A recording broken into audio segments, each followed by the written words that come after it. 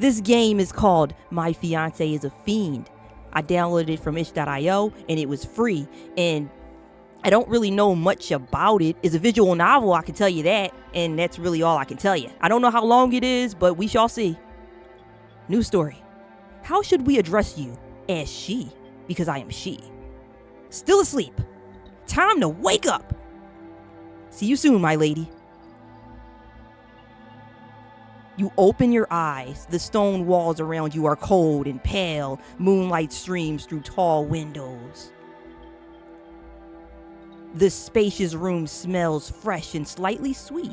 Silk sheets glide under your fingers. Everything looks too neat and expensive. Ooh, am I rich? Like at that Swedish furniture store. Okay, never mind. This is definitely not my home. Y/N? Do I not get to name myself? Was I robbed? Yeah, just the opposite. They brought a bunch of expensive things into my home and left me to sleep. Very sweet. I'm currently drinking a glass of milk. I do not know why I'm telling you this. Well, I'm glad that you told me, and I'm glad that you're drinking milk. That's good for your bones. The milk will help you to grow. Keep drinking milk. It's good for you. You touch the fabric of the sheets, soft and smooth, 100% silk. Silk, 100% silk. I can feel it even through a picture. Either I'm dreaming or I'm sleeping very expensively. You don't have time to finish the thought. Two girls burst into the room and start bustling around you. They don't even knock. Nobody told them to come in. They just let themselves in because they rude like that. Why are they swaying back and forth? Your Highness, you're awake. What a joy. Who? We were forbidden to wake you, but we're already late. Who am I? We don't know your name, but if you wish, we can call you future queen. Or royal highness. Or lady. I am a lady. M'lady? How else should we address the bride of our king? Oh, I'm getting married. Yay! Perhaps you'd like us to call you by name. What's your name? I get to name myself. Okay, awesome. For a moment, I thought I was going to get to name myself. Key. Lady Key, you look magnificent today. Oh, thank you, thank you. And who are you? We were sent to attend to you. We are your maids. My name is Maria. And I'm Eliza. We'll start with your hair. You look absolutely stunning. If I look stunning, then why do you have to fix my hair up? If I already look good and you said I look absolutely stunning, so why do you have to fix my hair? My hair is fine as it is. Don't touch me. Yes, for a king to land such a beauty, it's a miracle given his appearance. Oh, so I'm married to somebody that don't look very good. Oh, no. Hey, quiet, you can't talk about his highness like that. No. Keep talking about his highness. What does he look like? Can you play Tamagotchi Life? Well, not right now, but I will play it. Just not right now. Especially when there's another, your highness. Huh? What? Thank you? Or not thank you? I don't know yet. Come on, they wouldn't have sent your highness without news of our king. That's right, anyone who hasn't heard of our king is truly ignorant. Guess I'm ignorant then, because I don't know anything about the king. Everyone knows him. The name of the game is My Fiance is a Fiend. I downloaded it off of itch.io and it was free. It's not the full game because it's only a demo right now. So I can only play the demo for now, but yeah. Everyone knows him. I don't know him. Everyone! Am I not everyone? I don't know him. Yeah, exactly. Only I don't know. Maria leaned in conspiratorially and whispered. And even about the mask? Just don't laugh at the mask or else it'll be trouble. Trouble for who? Trouble for you? Trouble for me? And where am I? I don't understand anything. Oh, your highness, the castle is huge. You'll get lost within the first week if we don't help. Don't worry, we have everything we need within these walls. Yes, the inner courtyard with bushes, flowers, such beauty. And also a kitchen, library, armory, chapel. In the forest, small but real. I ain't going in that forest, I don't trust that. Several trees, moss, ferns. The king ordered it, planted back in his grandmother's time. There are even squirrels there, gray ones but alive. A forest inside the castle? Are you serious? Of course, the trees aren't taller than the roof, but it's still beautiful. During the day, they bring candles in so you can see. Luxury, of course. In other kingdoms, they'd hang you for a single living leaf, and here we have a whole forest. But it's better to explore the castle after the audience. Now we'll dress you, fix your hair, and straight to the king. Please don't dress me, I can dress myself. I don't want y'all seeing me in the nude, I don't feel comfortable. And then you can see everything for yourself. The courtyard, the forest, the library, whatever you like. Okay, but one thing bothers me. You keep saying during the day, candles during the day, walking during the day. But it's night, isn't it? It's dark outside. Night, your highness, are you joking? It's daytime. The day candles haven't even burned halfway down yet. It looks dark outside. It's gotta be night. Then why is it dark outside? The sun should be shining if it's day. Oh, I can't. The sun, your highness. You have an excellent sense of humor. My grandmother also told me a fairy tale about the sun when I was little. The sun don't exist in this world? Well, where I come from, there was a sun every day. Well, almost. Good joke, your highness. Time to get dressed or the king will come check on you himself, and he doesn't like to wait. Where are we late for? Where are we late for? I don't even have a toothbrush and you're already dragging me somewhere? I'm so confused. Where else in audience the most important in the last 100 years? King Aurelian has returned from a distant campaign for you, your highness. He hurried, even drove his horses to exhaustion. Aurelian sounds like a dragon's name from a cheap TV show. Am I marrying a dragon? Hush, hush, you can't talk about him like that. He's the king. They say at 16 he crushed 3 armies, one with his bare hands. Probably lies, but he did execute many. Those who stole from the treasury or plotted against him straight to the scaffold without flinching. Oh, so he killed so many people. Good for him, I guess. But then again, if they tried to kill him, then obviously, he had to kill them instead. He had to protect himself. So, good king, I guess? Under him, even the rats in the cellars behave themselves. They're afraid. Should I be afraid? I'm not going to try to kill him, so I shouldn't be afraid, right? So is he so fearsome that even you whisper? Of course, but they say he's fair too. If you're not a thief or a fool, he'll protect you. Well, I'm definitely not a thief. I don't be stealing, and I am no fool. So I should be 100% safe. But we've only seen him a couple of times, always in a mask. And under the mask, they whisper scars or something. Are we very late or just kinda late? 5 minutes late, half an hour late? How late are we talking? I'm gonna be honest. At first, the airy movement kind of like I don't know, it was very unsettling, but I got used to it and I'm like, it's not bad. It's something new. I've never seen it before. We're already half an hour late. The king doesn't like to wait. He doesn't like his time wasted at all. Last month, he made a counselor kneel for 2 hours for being late. Well, he's not gonna do that to me. So hurry up. I'll comb your hair. I can comb my own hair.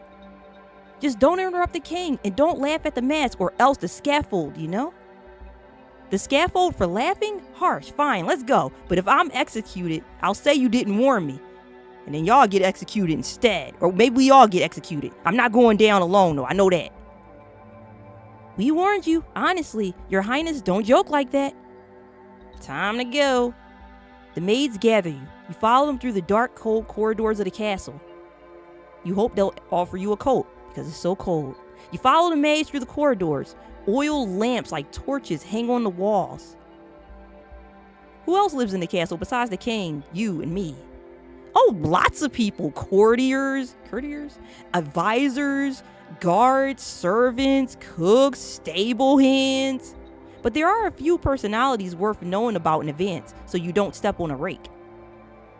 Besides the priest, there's also the king's personal guard, a jester, and a scribe. Jester? The freak circus? Jester? Just like in a freak circus? That kind of jester? I want to meet the jester. I'd like to meet the jester. You decided to ask about... Oh, so many questions. Let me save the game.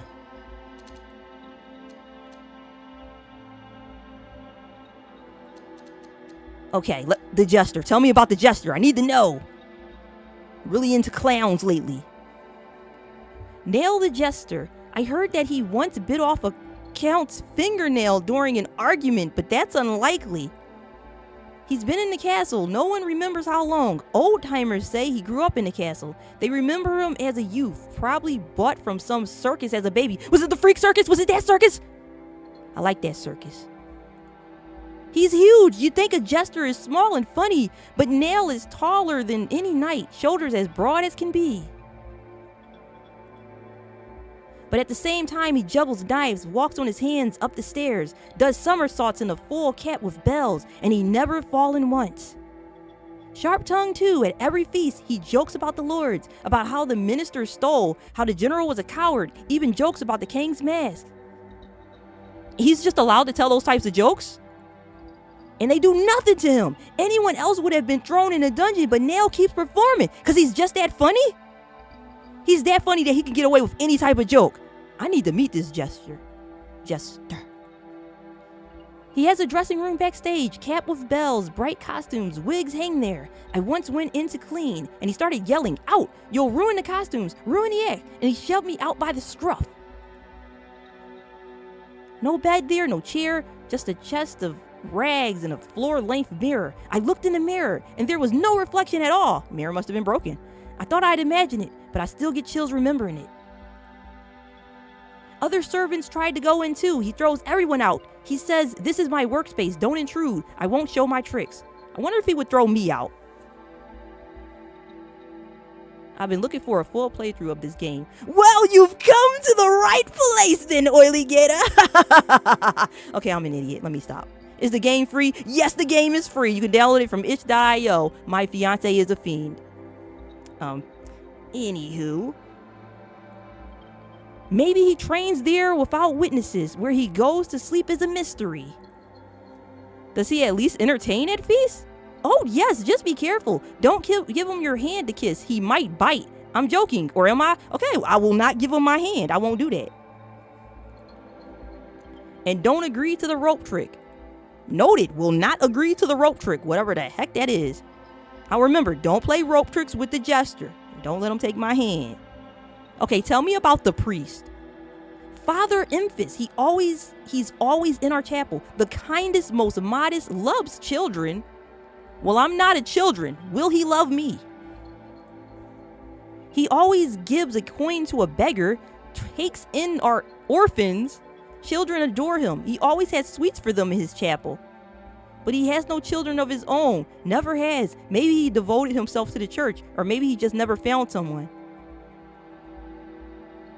Perhaps I can gift him a child. Only I remember him from when I was little, and my mother remembered him too, and he hasn't changed a bit, still so young. Yes, they say he even delivered the mother of our king. And how many years ago was that? Maybe a saint, or just sleeps well and drinks mushroom brew. Or a vampire? Oh, that does sound logical. Vampires don't age after all. He transcribes old scrolls and never eats garlic. That's true. Is it really true? But how is it he's not afraid of holy water and crosses? That's all lies. He's definitely a vampire. It all adds up. Apparently just a vegetarian and doesn't eat people. That's a sin after all. Tell me of the guard. Sir Lorcan, he's the king's personal guard, always nearby, but so quiet you forget he exists. He very rarely takes off his helmet, only when wounded or the king commands. The rest of the time, even at meals, he's in his helmet. Okay, but what does he look like when he takes the helmet off? Is he a looker? I need to know. It's very important to me to know these things. I saw him without his helmet exactly once. He was wounded, but did he look good though? Was he wounded, but he looked? Because some people have scars, but they make them work. The healer was taking it off, and then a beautiful face, very light hair, sharp cheekbones. But his eyes are red. That's okay. Bright red, like fresh blood. I thought maybe it was a reflection or something. No, truly red. The healer said it's from an old injury, but who knows? As long as it's not pink eye, who cares if his eyes are a little red? Maybe he's just tired. Maybe he needs a little sleep. Since then, he hasn't taken off his helmet in front of others. Maybe he's embarrassed by the red eyes or afraid he'll scare someone.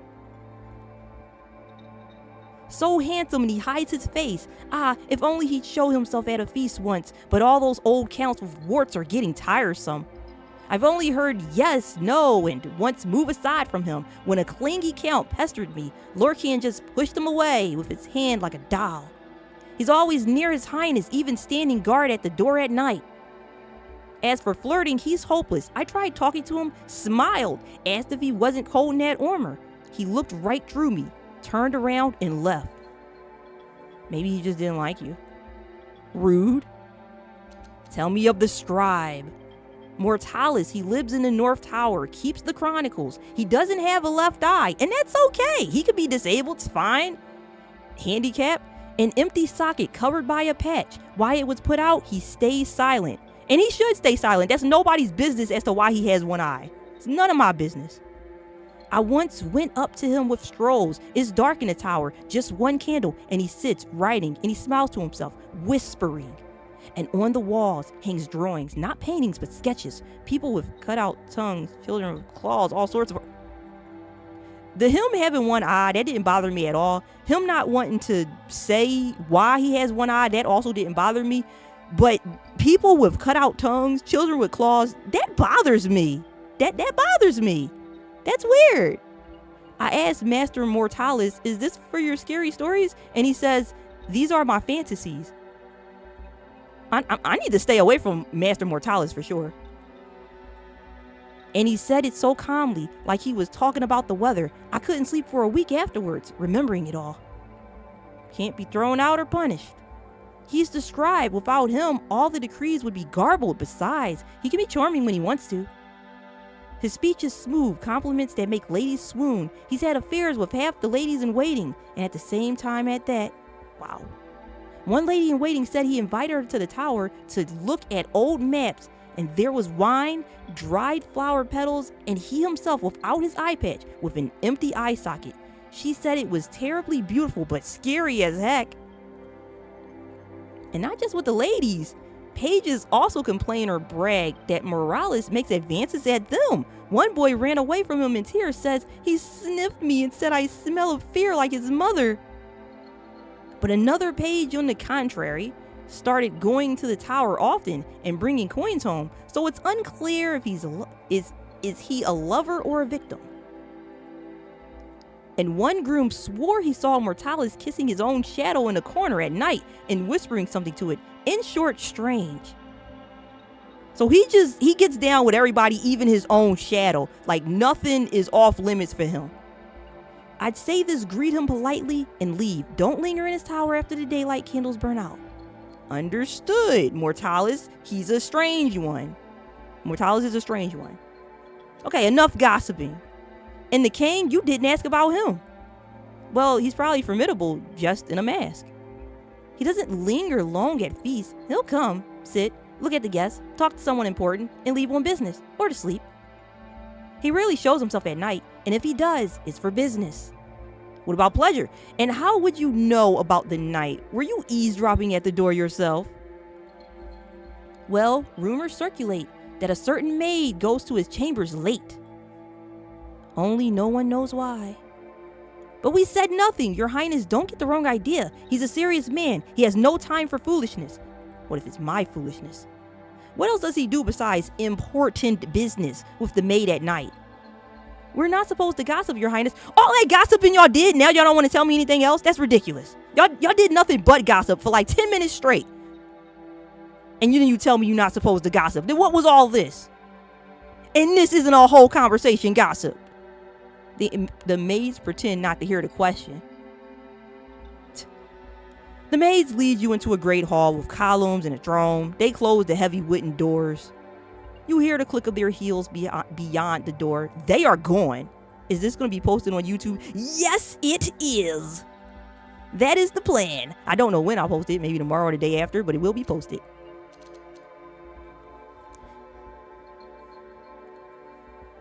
Is anyone here? From the doors at the far end of the hall, two figures emerged. One is horned and tall. If these doorways were ordinary size rather than enormous, the horned figure would likely have to stoop to pass through.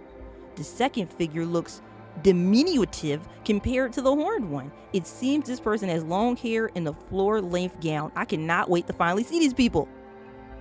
Ooh, look at the animation. It's interesting. It's different. I like it. Your Highness Key, sorry for delay. My name is Emphas. I am the local priest. I will be conducting the marriage rite for you and His Highness King Aurelian. Please acquaint yourselves. Aurelian, he don't, like, he not even gonna say hi. He kind of rude. King Aurelian. Key, forgive my rudeness. I am weary and wish to hasten the preparations for the ritual. Yeah, but you can still say hi. Ask the king how he's feeling. Hey, Aurelian, how you doing?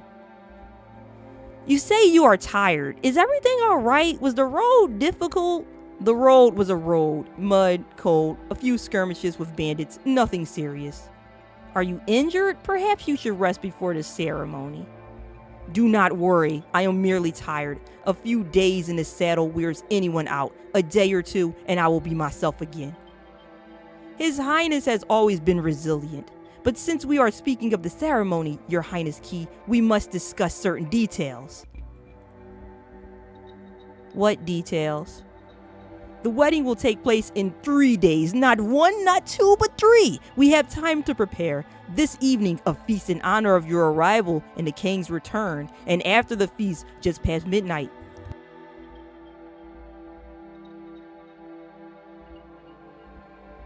I'll be right back. BRB.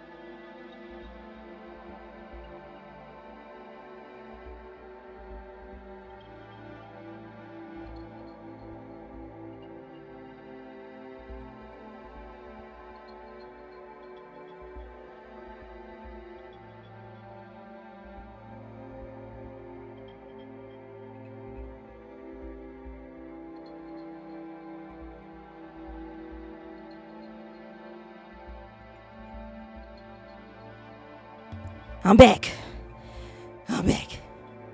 The wedding will take place in 3 days. We have time to prepare. This evening, a feast in honor of your arrival and the king's return. And after the feast, just past midnight, an ancient ritual awaits you. What ritual? I will come to your chambers with a ritual knife. A ritual knife! We will need to mix a few drops of blood. It does not hurt. Well, almost not at all. And if I say no to this ritual? Through the slits of the mask, you see his eyes. He is not joking. You will come to my bedchamber with a knife after midnight, and that is meant to reassure me? Tradition, Your Highness, many brides are frightened at first, but they grow accustomed. For now, let us discuss the decorations. We must choose a color of the ribbons and adornments. No, we're not going to discuss none of that. There's not going to be a wedding. What's this about a ritual and taking my blood? I don't agree to that. I don't agree to that at all. We're not going to glide past that. That's not okay. Okay, I guess we're going to glide past it, and it's okay because I can't ask about it again. Aurelian, what's your favorite color, man? Red, but you may choose whichever you like. Of course it would be red, the color of blood. Of course, of course. Well, since you asked about his favorite color, His Highness prefers red, but the wedding is your celebration too, after all. I do not insist. Choose what pleases you, Key.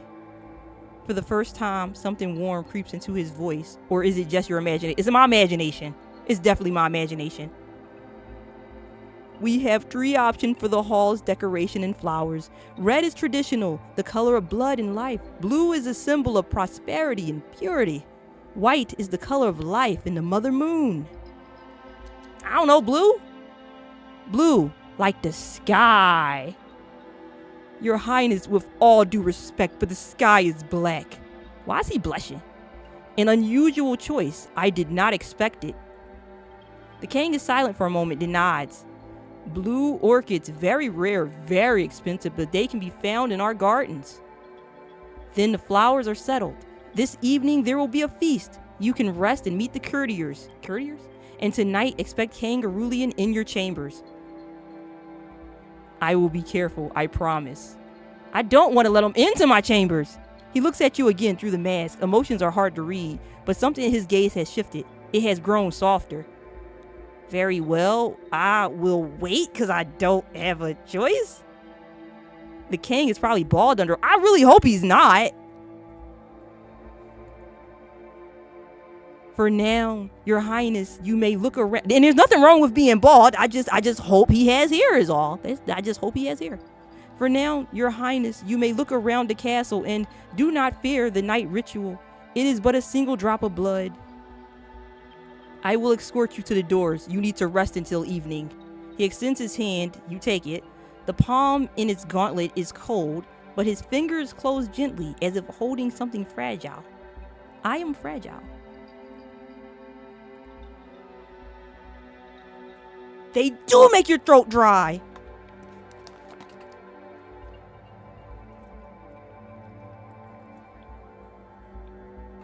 I gotta drink more water.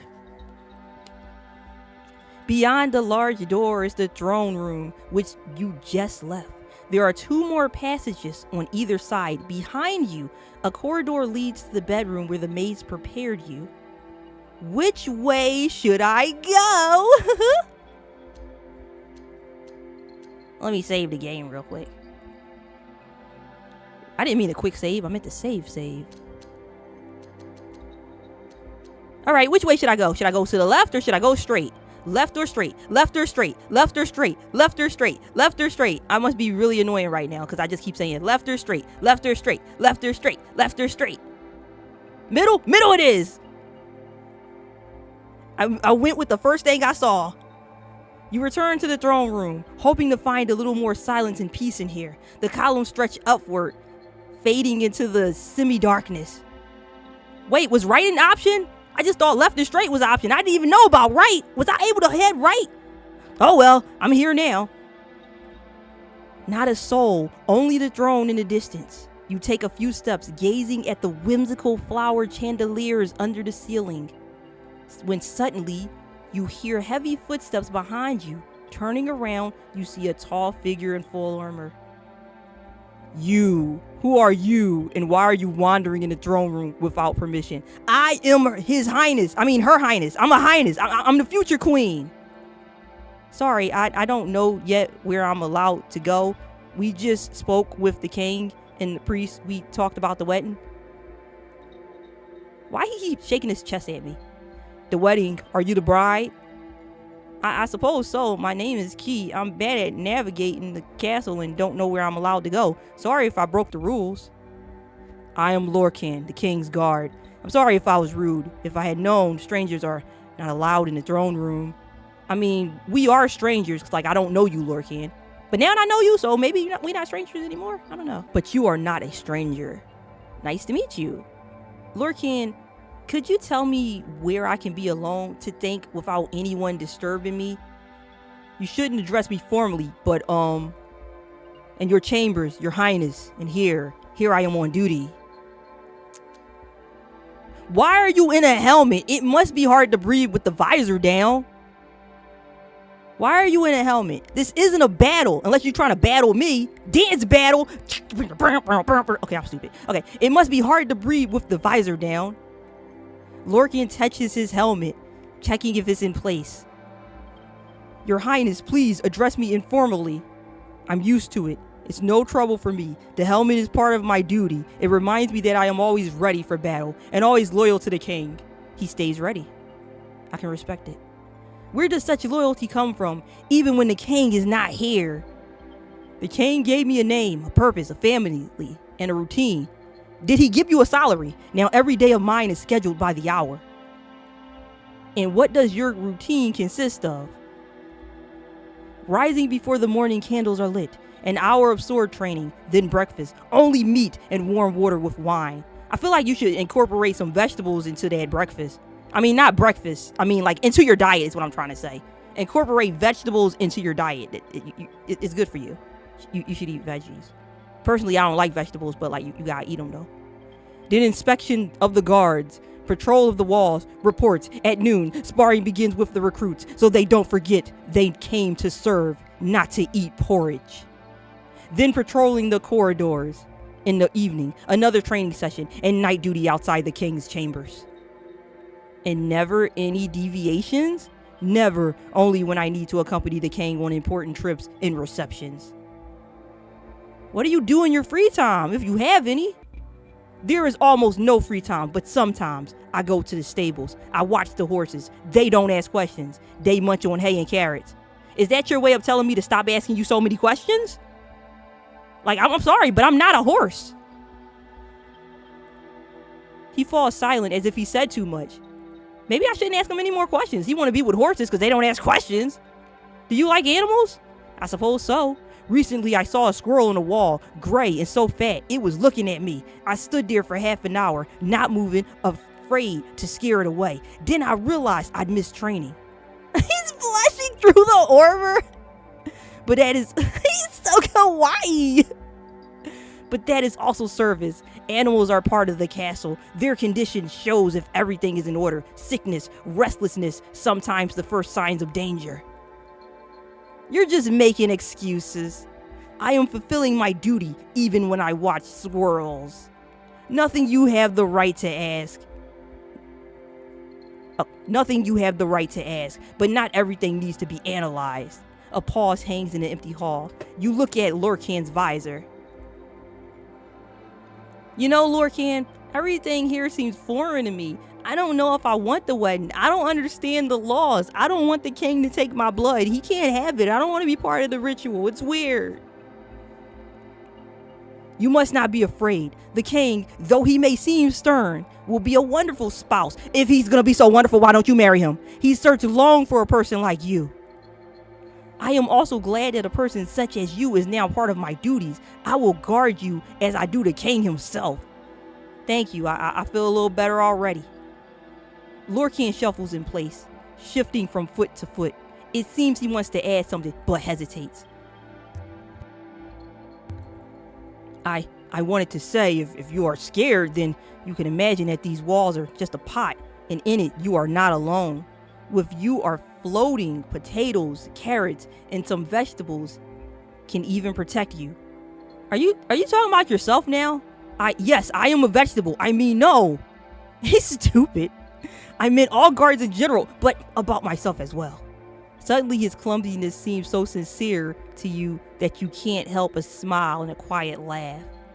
Lurkin, are you trying to console me? You have a very peculiar way. I think Lurkin like me, low-key. I don't know how to be different. I'm sorry. Don't apologize. It really made me feel better. Thank you. And it was really adorable. You was all blushing and stuff. Listen, I have a request. The next time we speak, please take off your helmet and the rest of your armor. Not now, but later. I want to see your face and the rest of you. Lorcan freezes. The silence stretches on. I agree, but only in private. And I warn you, under the helmet, my face is ugly. You might be scared. I won't be scared, I promise. I shouldn't promise that, because what if I am? Then next time, if you haven't changed your mind. He adjusts his helmet as if hide his face already. The feast will begin soon. We must not be late. The king does not like to wait. I will escort you to the hall. They keep telling me that the king don't like to wait. I kind of want to make him wait. Lorcan extends his hand to you. It trembles slightly. You can feel it even through the armor. Good, let's go. Let's make haste. You've barely finished speaking when two familiar maids appear from around the corner. Hey, the maids are back. Your Highness, there you are. We've been searching everywhere for you. The feast will begin soon, and you're not ready yet. The king will be displeased. They take you by the arms and lead you to the corridors to your chambers. In the room, a dress is already laid out on the bed, white cream made of heavy brocade embroidered with silver threads.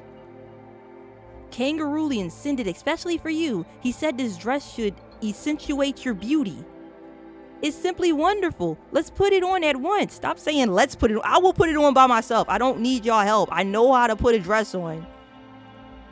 The maids help you remove your old clothes and don a new dress. It fits perfectly, as if tailored to your measurements. They slip long white gloves onto your hands, reaching up to your elbows, because there was no way I could do this myself. You look like a true angel, Your Highness. The feast awaits. We'll escort you to the Great Hall. You feel the fabric softly envelop your body, and warmth spreads across your skin. The maids lead you to the doors of the banquet hall. The doors swing open and you see a magnificent hall filled with light and guests. And is there food? The great hall is large and noisy.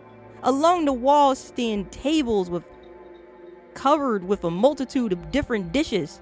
How do they manage to make so much food? Shouldn't there be a shortage or something without sunlight? On the tables are candles and metal candlesticks. It smells of roasted meat, mushrooms. I don't like mushrooms. It's stale alcohol. I don't drink alcohol. I'll have some of that roasted meat though. Various people crowd around the tables, talking and glancing sidelong at you. Courtiers, it seems. Courtiers? You feel out of place. Kangaroolian sits on the throne. He's right here. Oh crap, I skipped something. Kangaroolian sits on the throne at the end of the hall. Before him is neither plate nor utensils, only a single gleaming cup. Was he not hungry? Maybe the food is poisoned, or he has already eaten. The mask glitters under it. You can't read their mood. There. Wait, there? Wait, there. Wait, there? Wait, the king is there? Wait, I'm confused. I didn't know that. Wait, the king is non-binary? Wait, is the king non-binary? Did I miss that? I'm so confused. Oh, crap. Was I assuming the king's gender all this time? Is the king non-binary? I didn't know. Oh, goodness. Like, he weird, but, like, I'm not trying to be, like, disrespectful, you know? Priest Emphas stands thoughtfully by the window, holding a goblet. The scribe moves along the guests, jotting something down on scrolls. A long knight stands in the corner, arms crossed. He wears a helmet, apparently. He has no intention of feasting or eating. Standing entirely alone apart from the tables is a woman in a dark dress. She strokes a violet glass sphere, holding it in her hands. You feel a little sorry for her. Perhaps this woman is lonely. She lifts her head, and you see her face peeking out from under the shadow of her hood. Though it is a bit hard to tell where she's looking, at least one of her eyes is staring at you. I'm gonna walk past her. I don't know who she is. I'm gonna keep on walking. This woman looks somehow suspicious, and I don't trust her. You don't want to tempt fate and walk past this strange woman that you don't know. You feel something strange, as if someone is boring a hole in you with their gaze from behind. That lady really wanted to talk to me, but I don't want to talk to her. You turn around, but the strange woman has already vanished, thank goodness. You feel a slight jolt. You bumped into something. Oh! It's not clear what happened, but your hand ended up drenched in something warm and sticky. Somebody got something on me. Oh, how disgusting. Two familiar maids flutter around you. You didn't notice how they got there. Oh, Your Majesty, what happened to you? Somebody knocked something on me. Like, what is this? Are you injured? No, it seems someone spilled something on me. I'm fine. They should be executed. Take them to the dungeons. Spilling stuff on me, messing up my pretty dress. Where the king at? We can't allow this. I'll take care of everything now. Your Majesty, don't move. Take care of the person that did this. The maid wiped off the sticky mess and slipped white brocade gloves onto your hands. if something, I'm dead. You know who should be dead? The person that spilled that drink on me, because how dare they? Disrespectful. If something like this happens again, you can just take off the gloves and your hands will stay clean. I don't think that's how it works, but thank you. Apparently some liquid remained on your hands and a few red droplets seeped through the white fabric of the gloves. Before you could say anything, one of the maids exclaimed, "Your Majesty, you can't do this. You'll drive yourself into an early grave." What are you talking about? Eat at least a little. You need to regain your strength. You haven't eaten since morning. You don't feel hungry, but the maids were right. A long time has passed and you haven't eaten or drunk anything since you arrived in this place. One of the maids holds out a tray to you. On it are a goblet and a bowl. A goblet with a dark liquid and a sharp smell. Smells like wine. From the bowl comes the scent of something stewed. Can't tell what it is, but it smells delicious. I don't know if I want to drink a liquid that I'm not sure what it is and eat a stew that I'm not sure what it's made of. Don't eat that. If they give me the option not to eat it, I won't. Oh, wait, it looked good. I changed my mind. I want to eat it. I changed my mind. That looks really good. I don't know. It looked good, though, don't it? Let me save the game just in case, though. Let me save the game just in case. I was going to refuse it, but, like, it looks delicious. I'm going to eat it. Like, whatever. It looks delicious. I can't help myself. You take the bowl of stew. In it floats pieces of meat, some vegetables, and herbs. The meat is probably, like, beef. It's probably beef, okay? I eat beef. What's wrong with beef? It looks so appetizing that your stomach growls. You eat a few spoonfuls of the fragrant stew. Warmth spreads through your mouth, down your throat, and settles below. Your stomach stops growling and you feel a pleasant warmth inside. See? Everything's fine. I ate the stew and everything's fine. Where's the baguette? You know what? Yeah, where is the baguette? The stew was good, but it would have been better with a baguette. Maids, get me a baguette. I don't think they're going to do it. I don't think I get to eat a baguette. Your stomach stops growling and you feel a pleasant warmth inside. Oh, this is good. Wish I had a baguette to go with it. The spices are perfectly balanced and the flavor is so rich. Of course it's delicious, Your Highness. The broth was simmering since last evening, and special spices are only added to special dishes for great feasts. How do you know that? Well, I was in the kitchen overseeing the cooking. It turned out really delicious. You could have called me too. When I got the wine from the cellar, I was the first to run over.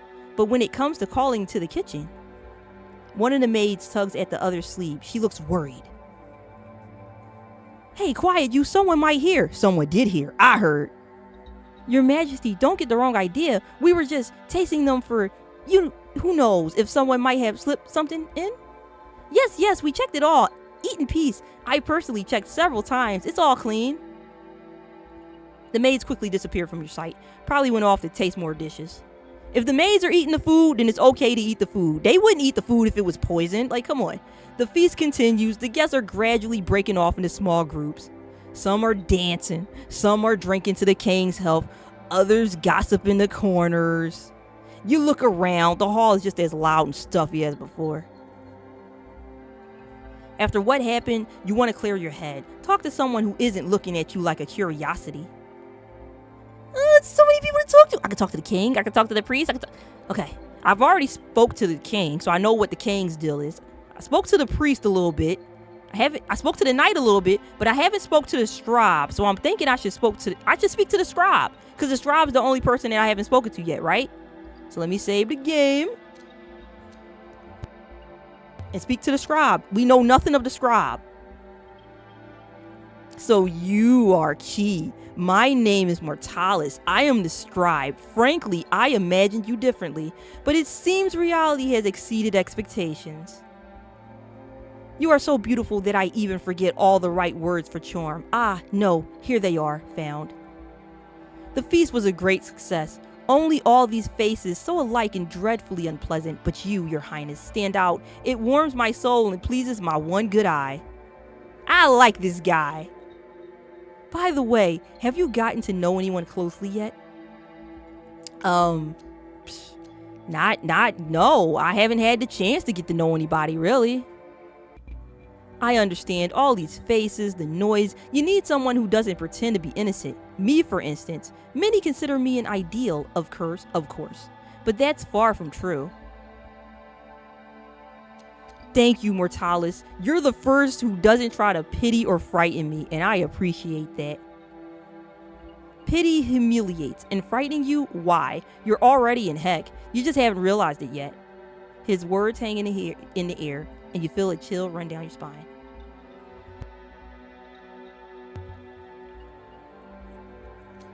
So, what do you usually do? How does your day go, Mortalis? I don't rise before noon. It's more interesting to work at night, and events often happen after sunset anyway. You mean the events with moaning? Not a bad assumption. He's blushing. Not a bad assumption. I like the way you think. All sorts. Sometimes guests are noisy. Sometimes private meetings, if you know what I mean. It's never boring in the castle, especially when everyone thinks the others are asleep. He falls silent, as if he's said too much, and adjusts his eye patch. But by day, I study. I read old chronicles, learn politics, strategy. You know, I could rule this kingdom quite well if given a chance. You think so? I have knowledge, and more importantly, I know what people are capable of for power and money. Are you gonna kill the king? Is that what your deal is? Because why would you say that? The only way you could rule the kingdom is if you kill the king. Do you want my help to help you kill the king? Is that what's happening here? True, my schedule is irregular. Sometimes nights are especially fruitful, not for writing, but for personal observations. His face breaks into a dreamy smile, but he quickly shakes his head.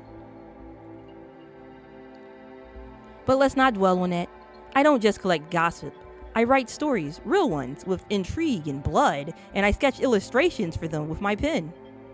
Could I have a look sometime? In the tower, Your Highness, I keep all my treasures there. Records, drawings, come by and I'll show you. He smiles again, this time mysteriously. Ooh. But I warn you, some stories might shock you. I hope you enjoy stirring deep emotion. If you wish to continue our conversation, simply turn around. I will always be near. Alright, I can walk around the hall. I can speak to the priest. I can speak to Mortalis. I can speak to the knight. I don't know who I want to speak to. Priest, Mortalis, or the knight.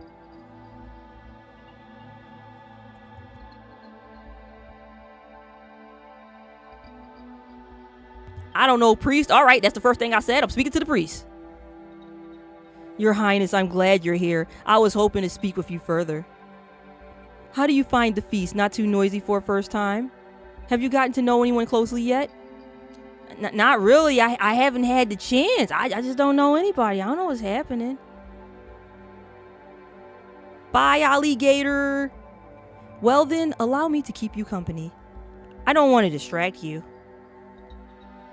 You are not a distraction. You are the only ray of light in this noisy hall.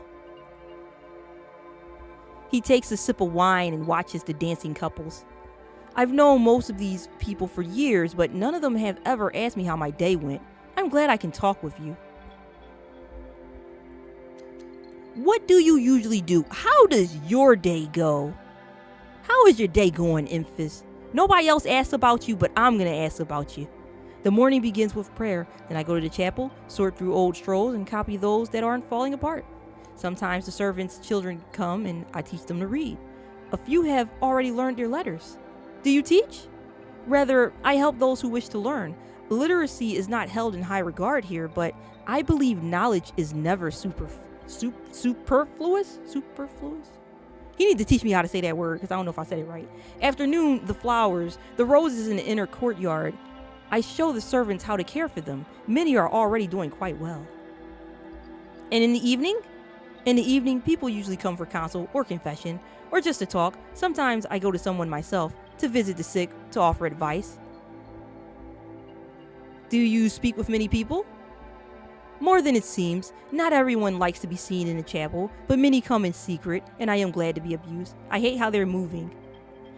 Personally, it doesn't bother me, but at the same time, it would be nice if, maybe at some point they'll make an option where if you don't want them to move, then they don't have to move, because it would be cool to have the option to have them not move in case, you don't like it or it gives you motion sickness. It would be nice.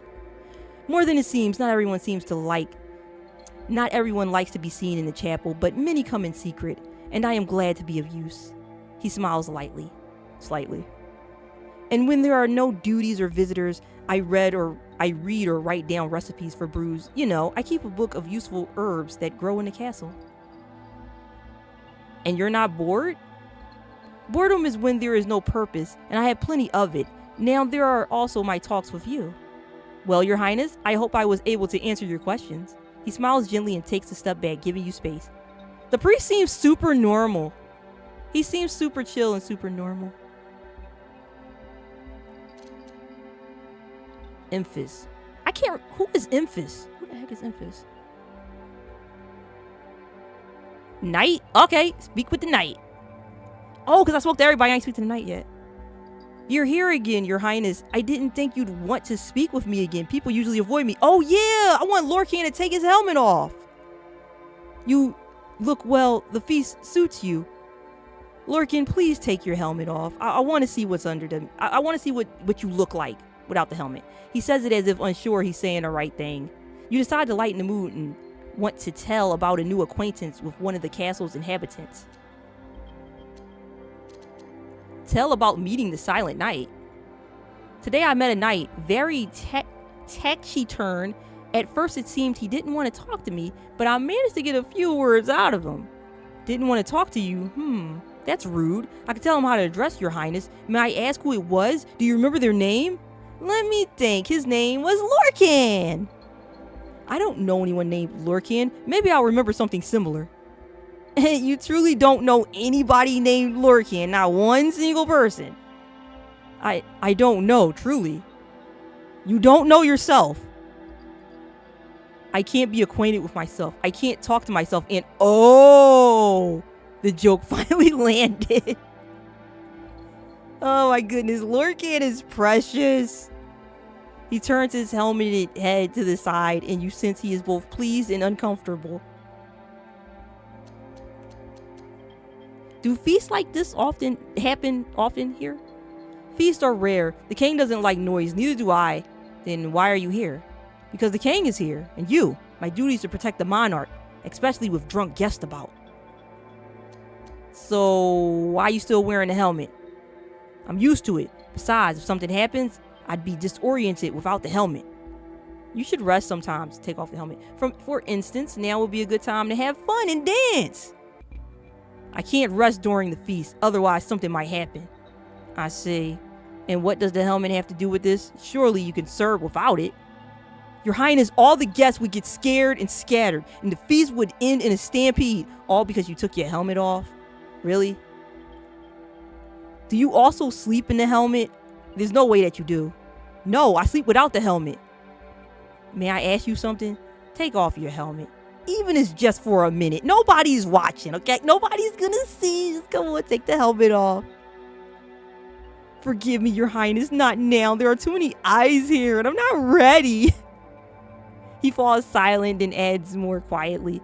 But next time when we're alone, I'll take off the helmet. I promise you haven't changed your mind. Hey, as time. I'll remember your promise. I'll remember too, and thank you for not insisting. You're like a kitten patiently waiting by a large iron door. So you're the door and I'm the kitten. Meow. I'll never do that again. I just compare it to what I understand. Forgive me. Well, Your Highness, I wouldn't dare keep you. There are many more agreeable conversation partners here. He bows his head slightly and returns to his wall. Okay, let's see. I could talk to Emphas. I could talk to Mortalis, or I could talk... I kind of want to keep talking to Lorcan, man. He's adorable. I love him. What did not continue the dialogue? By the way, how do you like the refreshments? Have you tried anything? I had the stew. It was delicious. Can I get some more of that? The cooks do their best. The king doesn't like it when food is wasted. Aren't you hungry? I'll eat after my shift. Now is not the time, but it could be the time. Are you always so disciplined? It must be this way. A mistake could cost a life, mine or another's. It does look delicious. Are we talking about the food? Does that look delicious? Or are we talking about Lorcan? Like who, the food or Lorcan? Or both? Just trying to figure out. Are you saying a bowl of both? Yeah, they both do look delicious. Are you saying a bowl of soup would cost someone your life? Interesting. The way everybody's saying both. And I don't disagree. No, well, I heard one story. An old man gathered mushrooms, made soup, and died. The mushrooms turned out to be poisonous. I don't even know what to say. In such cases, they say, rest in peace, R.I.P. That's what I said when I found out. Though the old man wasn't a very good person, it's still a shame. Did you know him? No, a guard just told me, and I like listening to stories, especially about animals, like the squirrel that stole that old man's nuts. That was funny. He falls silent as if recalling something warm. He really likes animals. Lorcan is so precious. You really do love watching animals. They don't betray, and they don't ask unnecessary questions. But let's not dwell on sad things. You like to stew and ask it. Lorcan, did you get betrayed? Who hurt you? Who hurt you, Lorcan? I'll go hurt them right now. I'll do it. You decide I'll have them executed. I am the future queen. I have the power to do that, Lorcan. I'll do it for you. You decide you've socialized enough and make your way back to the table. I ain't socialized enough. I wasn't done talking to Lorcan. Suddenly, all the oil lamps in the hall go out, complete darkness. The guests get, the cling of a falling goblet is heard, along with someone's frightened shriek. Oh, I forgot about the jester. I forgot about the jester. It's the jester. I forgot about him. Earlier, they mentioned that there was a jester, and I completely forgot about him. A second later, the light returns, but the jester is already standing in the center of the hall. Red petals fall slowly from above, swirling in the air. Ladies and gentlemen, those who have not yet fallen asleep from boredom or drowned in wine, I shall tell you a tale that will freeze the blood in your veins and make your hair stand on end. His voice booms, the silence of the hall makes it louder. The tale of how one day a shadow descended upon us, of how it slipped out from underfoot and began to live its own life, and of what happens when a shadow meets the light. The guests are silent, enchanted. The jester raises his hands and claps twice. The lamps go out again. Now in the darkness, the shadows begin to move. Huge, unnatural, they dance on the walls, depicting battle, love, and death. These are not mere shadows from the candles. They seem alive, moving on their own. You feel a chill run across your skin. Somewhere in the corner, a stifled gasp is heard. Once upon a time, there was a little shadow. Oh, it's adorable. Look at the little shadow. She appeared from nowhere. The shadow was a she?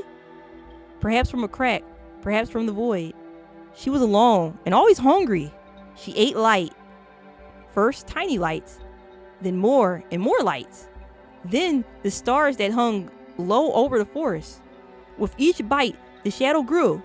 Oh, she's not adorable anymore. It grew larger and larger. One day she crept up to a star to eat it. She ate the sun? She ate the sun? That's why we ain't got no sunlight here? Cause she ate the sun? Cause she greedy? Who eats the sun? Greedy behind big back shadow. One day she crept up to a star to eat it. The shadow opened its mouth and suddenly heard music. She had never heard anything like it before. Before she lived in solitude and silence. The shadow forgot why it had came. The shadow embraced the noisy rock and lone gazed at the rivers, the forest. She laid down on a cloud and began to listen, to watch.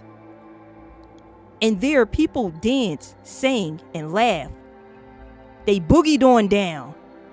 People were strange. They killed each other over a piece of meat and an hour later embraced and wept. They bore children in the mud and died with a smile if someone held their hand. They built houses that crumbled and built them again. The shadow did not understand why, but it liked it. She watched for days, weeks, years. She forgot about hunger. For the first time in her empty life, she was no longer lonely. It seemed to her that people were just like shadows, only fleshy and noisy. But the days grew ever brighter. The sun grew stronger. It scorched the earth. The days grew longer and warmer. The seas and sands basked under the sun. And the people warmed themselves too. And the shadow grew angry. She never known anger before, but now something hot and sharp was growing inside her. The shadow soared into the sky, enveloping the sun. She opened her toothy maw and devoured the sun. Then came silence and cold and eternal night. The shadow was pleased. She did not understand that she had done something wrong. Since then, people shiver, hunger, fear. Some children born after that night were strange, children of the night, strong, beautiful, hungry. Thus the shadow began to live among people. She seeks those who do not fear the dark, to take them with her. Well, I fear the dark. I'm scared of the dark. Don't take me. The dark scares me. The shadows freeze. Silence falls. The lamps flare up again. The jester is already standing in his former place, as if nothing happened, adjusting his cap. From the hall, the guests delighted. Exclamations rang out. That was incredible. How does he do that? I have never seen anything like it. The jester takes a bow. Before a second, his eyes meet yours. He winks almost imperceptibly. I cannot wait to talk to the jester. The light in the hall becomes steady again, and the shadows vanish as if they were never there. The guests applaud. Someone whistles. Someone wipes sweat from their brow. The jester raises a hand, calling for silence. Silence. And now, after such a stirring tale, we need a spectacle. And who better than the guest of honor to help me with that? He turns to you and, with a broad gesture, invites you to approach. I beg you, your highness, do not deny us the pleasure. The guests part, clearing a path. You have no choice but to step into the center of the hall. The jester smiles, pulls a black silk ribbon from his belt, and deftly ties it over your eyes. I don't know if I like where this is going. Do not be afraid. I will not drop you, I promise. Okay. Well, he promised he wouldn't drop me. You feel him easily swoop you into his arms, as if you weigh nothing. You hear a surprise and muffled exclamation. Oh my goodness. Somewhere goblets clank. Someone laughs in admiration. Ha ha! The jester takes a few steps. Then you feel him begin to sway slightly from side to side. The tension in the air grows. After a few moments, you hear his whisper. You may remove the blindfold now, your highness. Oh, this is a beautiful picture. You remove the ribbon. You are sitting on his shoulder, and he is balancing on a tall wooden ladder in the middle of the hall. He's strong. Below, a crowd of guests mills about, frozen with heads raised. The light of the chandeliers almost touches your hand. How did you... Hush, just look at them. They will burst with envy any moment now. A moment later, he finally speaks. Here, no one will disturb us. How is your mood, your highness? I like it here. A pity you won't stay here long. What do you mean? You look down. The guest's face look up at you. Their eyes filled with admiration, fear, and delight. The jester takes another step up, and the ladder sways. The guest gasps. And now the finale. He suddenly tosses you into the air like a feather. You nearly touch the high ceiling of the hall, but a second later, the stone floor is closer, and he's gonna catch me though, right? You feel a moment of weightlessness, a tremor, and panic. It happened so fast that you didn't have any time to scream. You squeeze your eyes shut just before meeting the stone floor of the hall, but he catches me, right? Another moment, you're beginning to see the light at the end of the tunnel. He's gonna catch me though, right? And then you feel warm hands at your waist and under your knees. You open your eyes and see the jester, who caught you just before the floor. He's good. The ladder crashes down onto the table behind you, overturning plates and goblets. The guests freeze at first, then burst into applause and cheers. Yay, that was awesome. That was amazing. Bravo, amazing. The jester sets on your feet and bows, stepping back into the shadows. That was cool. The cry of one of those guests is heard. My doublet, all this slob on me. The ladder left by the jester fell onto the table and tipped the plate onto a stout gentleman. The maids are already bustling around the drenched guest, wiping him down and bringing napkins. You turn to thank the jester, but he vanished as if devolved into the air. Two maids you already know, Eliza and Maria, run up to you. Your Highness, that was incredible. You are composure itself. Composure itself. I thought my heart would stop. How could you agree to such a thing? How could I not? It was fun. He caught me. Did you see me? I was up high in the thing, in the ladder, and I don't quite understand how it happened myself. Nell is simply mad, but an incredible performer. An unforgettable evening. I'd like to see him again. One of the maids whispers, the jester has outdone himself tonight. I have never seen such a performance. They say he prepared it especially for you. I got McDonald's. Did you get the fries? You got the fries, right? Because that's the best thing they got. The fries. You get McDonald's, you have to get the fries. Soon the feast will draw to a close. We will come for you and escort you so you may rest. They dissolve back into the crowd. From the shadow of a column, a man with an eye patch appears in his hands. He holds parchment and a quill. Your Highness, forgive the intrusion. I am Myrtalus, the local chronicler. He inclines his head slightly. I record all events that occur in the castle. Your arrival is undoubtedly the most significant in recent years. If you ever wish to learn the history of these places or simply talk of books, I am always in the library. I will remember Myrtalus. Perhaps I will step by. I will wait with anticipation. Your story is only just beginning. He vanishes as silently as he appeared. Okay, but where's Lorcan? Can we see him again? Bring Lorcan. Oh, the jester. I like him too. A figure in a motley cap emerges from behind the guest's back. The jester approaches, deftly juggling 3 apples. And here's our main star. I am Nil, the court jester. He catches the apples and bows with theatrical flourish. I heard you spoke much with the courtiers today. Courtiers? I feel like I keep saying that word wrong. But you have not yet spoken with me. That is an oversight, for I know all the secrets of this castle. Can you tell me all the secrets? I'd like to hear them. He winks. If you ever wish to laugh or learn something the walls keep silent, call for me. I am happy to toil for the Lord's amusement. Certainly, Nell. I feel that with you, it is never dull. Always a party with you, Nell. Bored? Never with me, but now I must go. I need to hide these apples from the cooks before they find them. Until we meet again, Your Highness. He disappears into the crowd, leaving only the jingles of his bells. The feast is winding down. The guests begin to disperse. Some say their goodbyes. Others already make their way to the exit with unsteady steps.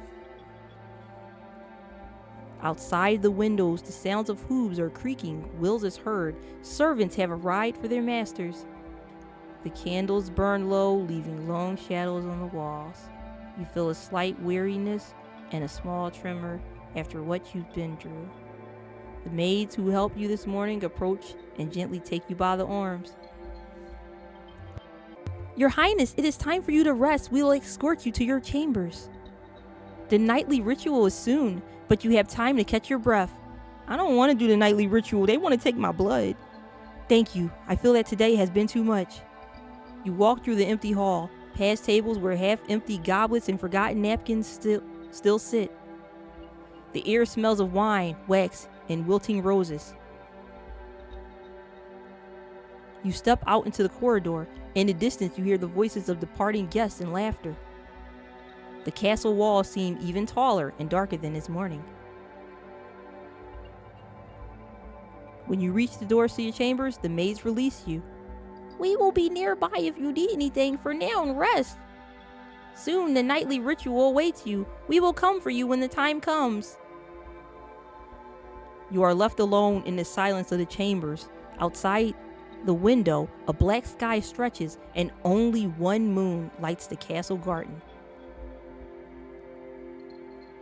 You sit in the silence of your chambers, thinking about Lorcan. The candle on the table is burning low, casting trembling shadows on the walls. The day was long. You replay faces, voices, words in your mind. So much has happened. But along all these faces, one surfaces most often. The Knight Lorcan! His helmet, his silence. He barely spoke, but every word of his carried weight. And he blushed a lot. Freaking adorable. You feel that behind this silence hides a man who fears himself. His loyalty to the king is not just duty, it's a way to survive. And you want to know what he's hiding. You want him to take that helmet off. He promised to take off his helmet if you were alone, and for some reason you believe him. You sigh, pushing the thoughts away. Too many questions, too few answers. Suddenly, there's a soft knock at the door. You lift your head. Your Highness, you're not asleep. You open the door. On the threshold stand the same maids who helped you this morning. Come in, what happened? We were ordered to give you this. She holds out a folded sheet of parchment sealed with wax bearing the royal crest. You take the letter, unfold it, and read. Key, I'm canceling tonight's ritual. Oh, thank goodness. You are too tired, and I do not wish our first night to be marred by coercion. Rest tomorrow, everything will be different. You're Aurelian. You read the letter twice. It says nothing of reasons, only of your fatigue. But you feel that there's more to it than that. The king is hiding something. He mysterious. He keeping secrets. He canceled the ritual? Yes, that's what the letter said. Did you not read it, Your Highness? His Highness ordered us to tell you that you should get a good night's rest.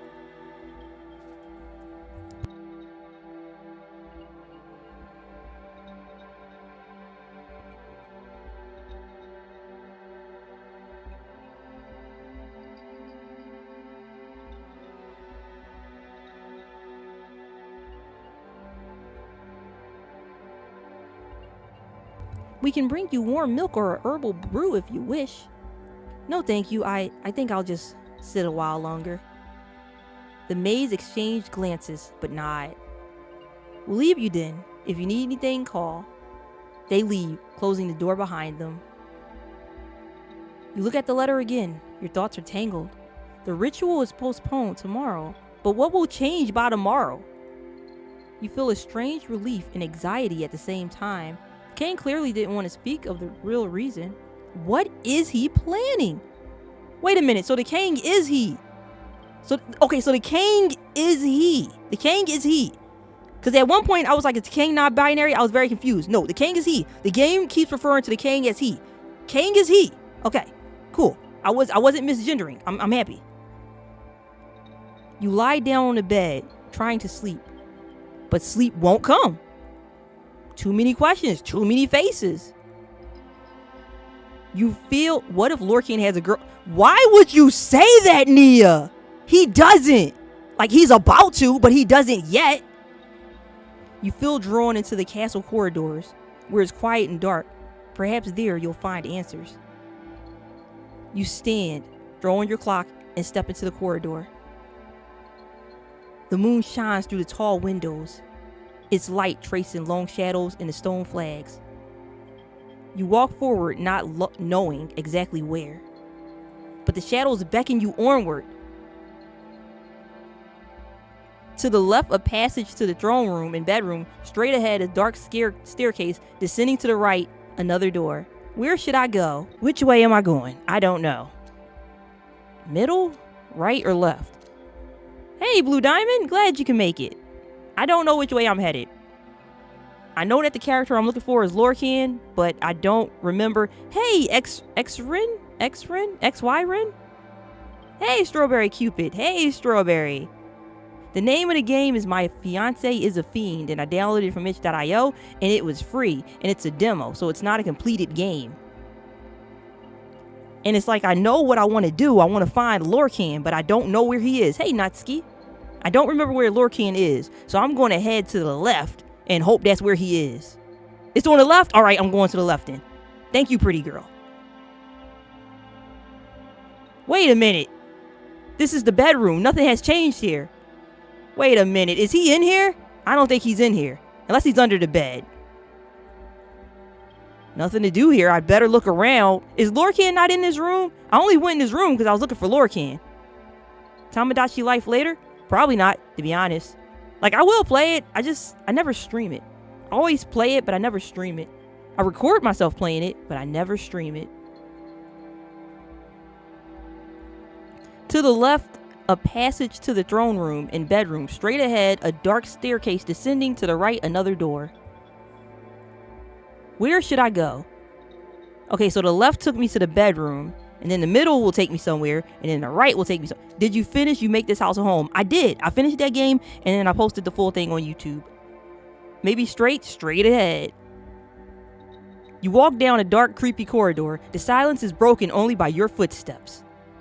Oh my goodness! I don't like it in here. Why would you tell me to go straight? Why did you tell me to go straight? This was a horrible decision. This was a horrible decision. If I get killed, Strawberry, this is on you.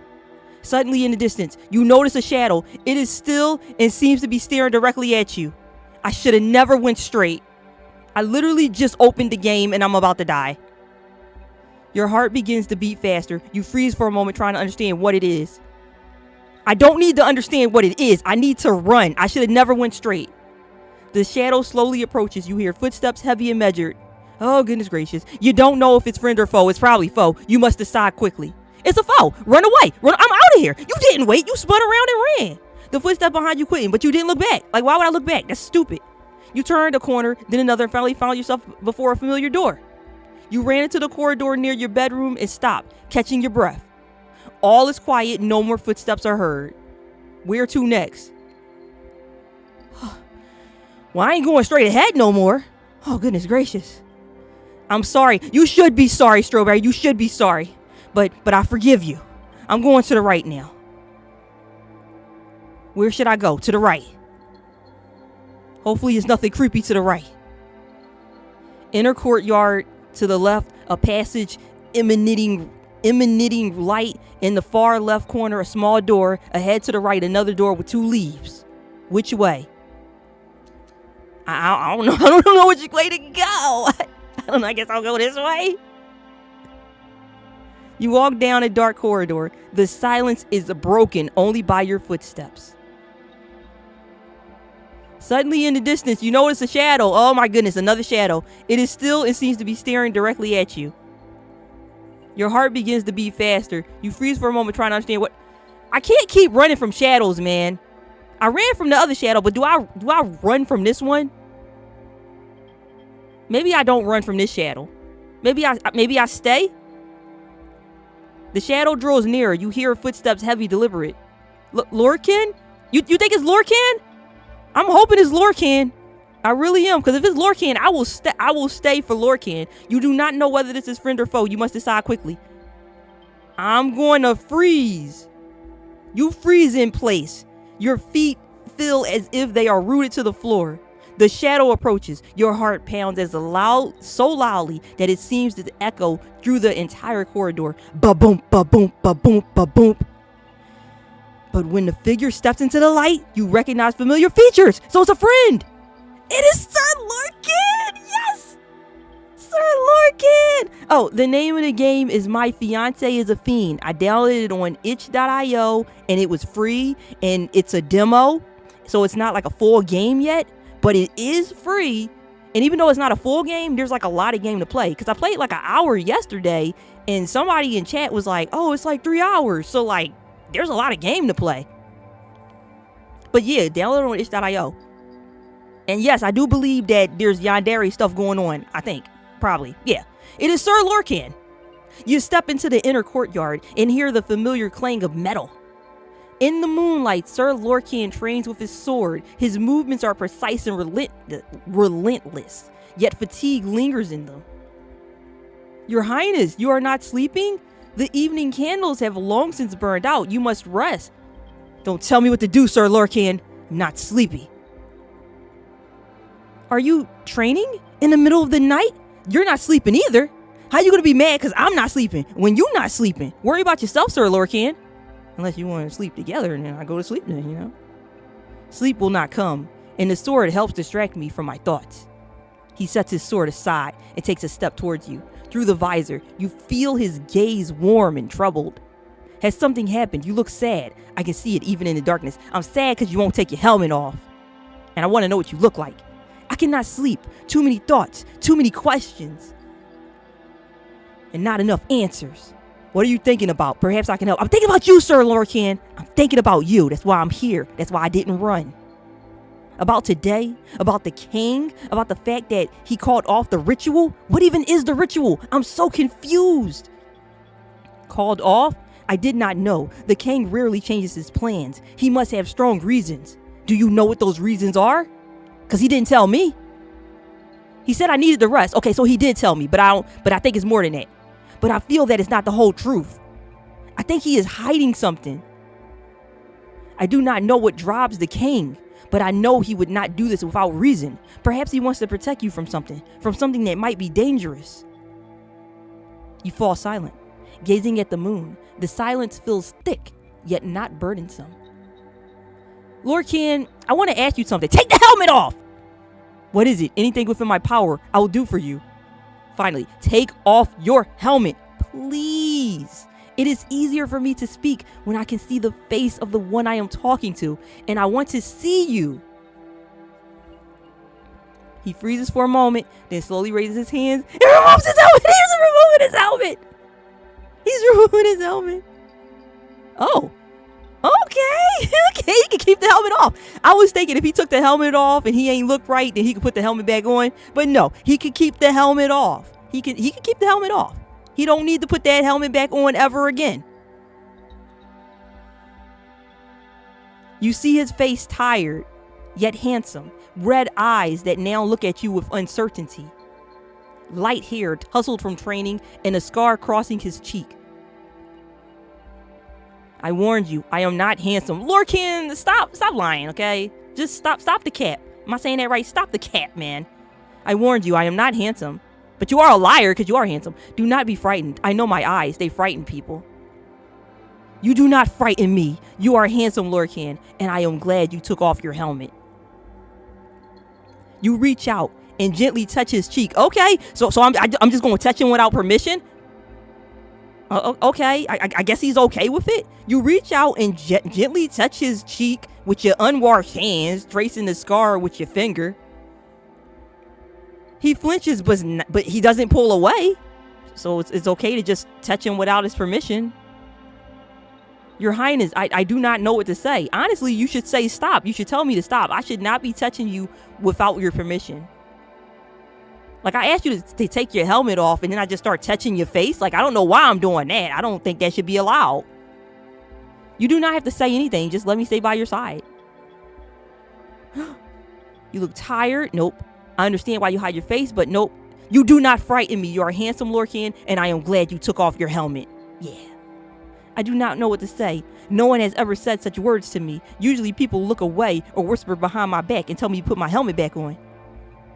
I say it because it is the truth, and I speak nothing but the truth, Lord Ken. I am no liar. Thank you. I do not know how to respond to such words. Just say thank you. But it pleases me. Never mind. He covers your hand with his, and you feel his warmth. He sits down on a stone bench, and you sit beside him. His hand touches yours, and you feel his fingers trembling slightly. I do not want you to think I am afraid of you, but with you, I feel different. My knees tremble, and you're not weak. You are strong, and you have the right to feel. Thank you. I suppose I train a lot. Lord Ken, I am afraid. I'm afraid of what tomorrow will bring. Afraid that everything will fall apart. I understand. I am also afraid. But I am not afraid of what might happen. I am afraid of what I might remember. Well, we could be afraid together, Lord Ken. What do you mean? My past. I know I have changed greatly. I do not remember who I was. But sometimes I dream. Strange, dark dreams. Everybody has nightmares. His voice grows quieter, and he squeezes your hand. I fear that the king may have embellished the truth about my past. What if I was a bad person? And what if remembering makes me stop being who I am now? Lord Ken, I assure you, you're not a bad person, probably. Are you afraid that the truth will destroy you? I am afraid it will destroy what I feel now, and I do not want to lose this. I understand your fear, but what happened in the past did not define you now. Do you truly think so? I know so, Lord Ken. Trust me. I know. You choose to be good. That matters more than what you were. Thank you. I will remember this, and I will try not to be afraid. He turns to you, and his red eyes meet yours. I do not know if I have felt this before. It is a strange feeling. When you are near, I want to be better. When you are far, I want you back. Ooh, the king not gonna like this, because the king is my fiance. He is not gonna like this at all. But that's his problem. What do you feel, Lorcan? I do not know what to call it. It is like a fire inside, as if I cannot breathe when you smile. And I am angry at myself for it, and at the king. Oh, maybe I shouldn't smile. I want you to be able to breathe. I don't want you to stop breathing because I'm smiling too much. I'll stop smiling immediately. Why at the king? Because he is near you, and I do not want you near each other. I do not like it, and I do not understand why. Because you jealous. You jealous, Lorcan. You are jealous, Lorcan. That is called jealousy. Jealous? I do not know what that is, but I feel that I want you to be near, and that frightens me. It is normal. It means I matter to you. It's okay to be jealous. Mattering, you are more than just someone who matters to me. You are everything. I think of you even when I train. Lorcan, that's a lot. We just met. Didn't we just meet like a date? Like, how long did we know each other, Lorcan? I feel like we didn't know each other that long. Like I'm okay with you having these big emotions, but dang, we just met. I don't know. This is moving, going a little too fast for me. I don't know. He falls silent, and you feel his fingers intertwine with yours. His breathing grows deeper. Look at him blushing, and he don't got the helmet on, so he not blushing through the helmet. If you were not the king's betrothed, I would ask you to stay with me forever. I would leave this castle with you. I mean, we could still leave the castle, I guess, right? Would you leave? I would go to the ends of the earth, because with you, I feel alive. He leans in, his lips nearly brushing your hand. Ask the king if we can marry him too. You think the king will be okay with that? And it could be like a polymorphy. I don't know what the word is, but it starts with poly. And we could be a throuple? You think the king would like that? If they give me the option of like a throuple, a throuple will happen. If they give me the option, I want that. He leans in, his lips nearly brushing your hand. Lorcan, forgive me. I am taking too many liberties, but I cannot help myself. He pauses, then rises. I must go. No! There is the morning patrol tomorrow and training. I cannot miss it. Are you leaving? Lorcan, stay. I must, but I want you to know I will protect you at any time, day or night, even if I have to define the whole world. He puts his helmet back on and turns to you. Good night, Your Highness, and thank you for this conversation, for existing. You thanking me for existing? All right. That's awesome. Thank you for being alive. Like, okay, Lorcan. He really cares about me. You nod and he disappears into the darkness, leaving you in the courtyard. You feel his words settle in your soul, stirring both warmth and unease at once. You look at the moon and realize that this night has changed something within you. You return to your chambers. Fatigue weighs on your shoulders, but sleep won't come. I still can't sleep. You approach the window to breathe the night air, and suddenly you hear voices. Quiet, muffled, they drift up from below. You cautiously peer out and see two figures in the shadow of the wall. Who do you think those two figures are? Who out there talking? Who do you think those two people is? Maybe it's the king? I think it's the king and somebody else. Let me save the game. I don't know what's about to happen. I don't know what's about to happen. Let me save this game. Who out there at this time of night? It will all be ready in 2 days at the wedding. Are you sure no one will interfere? I hope Lorcan interferes. I hope that like when they get to the part where it's like, and does anybody not want this wedding to happen? I hope Lorcan stands up and says he don't want the wedding to happen. No one in the commotion, no one will notice a thing. And the king's new toy? Am I the king's new toy? They talking about me. I'm the toy? Nobody's ever called me a toy before. Her role doesn't matter. The main thing is that everything goes smoothly. Wait a minute. Okay, so the king not out there because the king wouldn't. Okay, so I don't know who the two people out there is, but it's not the king. I thought one of them was the king, but now I'm thinking that it's not the king at all. The king don't know nothing about what's happening. Killing will be easier in chaos all at once. Otherwise, there will be no end of trouble. Then it's decided, either us or them. Your heart skips a beat. They're talking about the wedding, about someone dying. Are they gonna kill me? But who? The king? You? One of the courtiers? I mean, As long as they don't kill me or Lorcan, I don't really care. They can kill whoever. Just leave me and Lorcan alone so that we could be happy together forever. You don't know, and that scares you more than if they had named a name. You hear one of them snicker. It will all be sighted soon. Oh, jump out the window and try to catch them. That's the dumbest idea. I'm gonna do it though. It's stupid, but I'm gonna do it. You don't hesitate. You throw open the window and jump down. The ground meets you too quickly. You hear a crack. Your foot twists and sharp pain shoots through your body. You fall to your knees, unable to stand. Yep, that was a bad idea. I don't know what made me decide to jump out of a window. I don't know why I thought that was a good idea. No, actually, you know what? I knew it was a bad idea, but I did it anyway. I couldn't help myself. The conspirators turn around. One of them steps closer. He sits on top of you so you can't crawl away. Even if I managed to crawl away, I'd be crawling away very slowly, so he don't need to sit on top of me. He doing too much. The conspirator raises a dagger over you. Goodbye, cruel world. Forgive me, your highness. I did not wish for you to come to harm. Okay, so whoever it is, they just said forgive me. So they don't want to hurt me. They don't want to do this. They're saying forgive me. But I cannot allow you to interfere. Okay. So he didn't want to hurt me, but I jumped out of a window and now he has no choice but to kill me, I guess. Farewell. Okay, peace. Peace out. You don't have time to scream. Huh. You could not understand why you ended up here. I know how I ended up here. I jumped out of a window. I was feeling like Superwoman and I jumped out of a window. That's how I ended up here. Your death was in vain. Sure was. Everything disappears as it should. Thank you for playing. Okay. Technically I beat the game, I guess. Technically.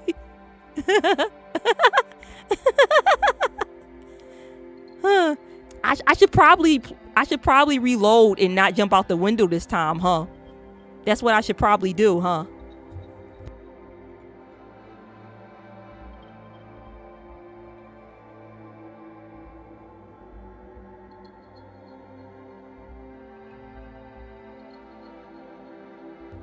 Yeah, I'm just gonna go ahead and reload the game. Oh my goodness. Oh my goodness. What a stupid thing for me to do. Alright. You cautiously peer out. You see two figures. It will be ready 2 days. Blah, blah, blah. Blah, blah, blah. I'm the toy. Blah, blah, blah. Blah. It's decided. Them are us. Heartbeats. The king. The blah. The blah, blah, blah.